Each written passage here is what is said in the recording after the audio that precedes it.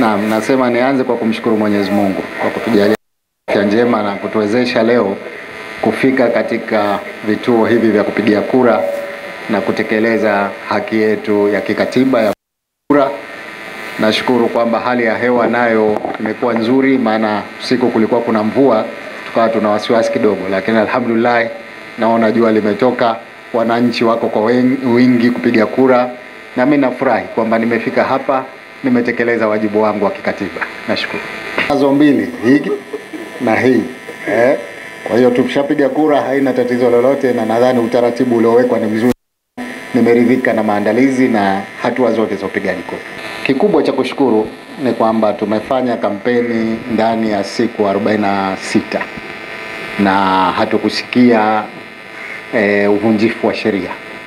Hilo ni la msingi sana, kwa sababu tuliahidi kufanya kampeni za kistaarabu, tuliahidi amani katika nchi yetu katika kipindi chote cha kampeni, na ndicho tulichofanya. Sisi Chama cha Mapinduzi tunajivunia sana kwamba kwa kweli tumefanya kampeni za kistaarabu. Tumeyafikia makundi yote, lakini tunamshukuru Mungu kwamba ile amani tuliyokuwa tunaizungumza imepatikana katika kipindi chote. Hadi leo tunakuja kupiga kura, amani bado imetawala katika nchi yetu, na ni matarajio yetu kwamba baada ya matokeo kutoka, basi amani hii itaendelea vile vile. Kwanza niseme nawashukuru na nawapongeza, kwa sababu kwanza kujitoa tu kuja kugombea nalo ni jambo zuri, ni jambo la kikatiba, ni jambo ambalo limewapa uhuru wa kujitokeza na kugombea.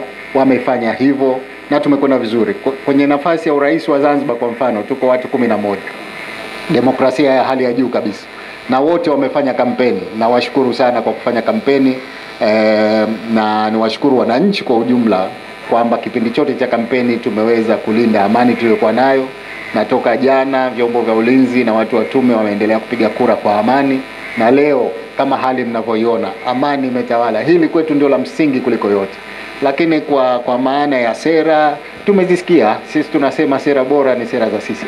Ni vigumu kusema namba, lakini ni matumaini yetu makubwa kwamba kwa tulioyafanya katika nchi hii, na ni matarajio yetu kwamba wananchi wataendelea kutunga mkono. Na washajihisha wananchi wote wa Zanzibar kwamba wale ambao wameshafika vituoni na kupiga kura, na washukuru sana kwa kutoka na kuja kupiga kura mapema.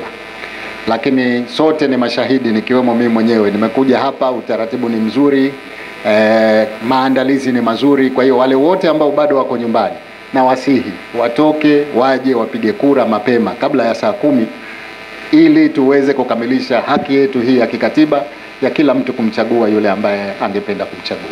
Hali naiona shwari, na namshukuru Mwenyezi Mungu kwamba ametuamsha salama siku ya leo tulikuwa tukizungumzia kwa muda mrefu. Oktoba 29 imewadia, tuko salama, na nimeweza kuja kutimiza wajibu wangu wa kikatiba na mimi kwa kupiga kura.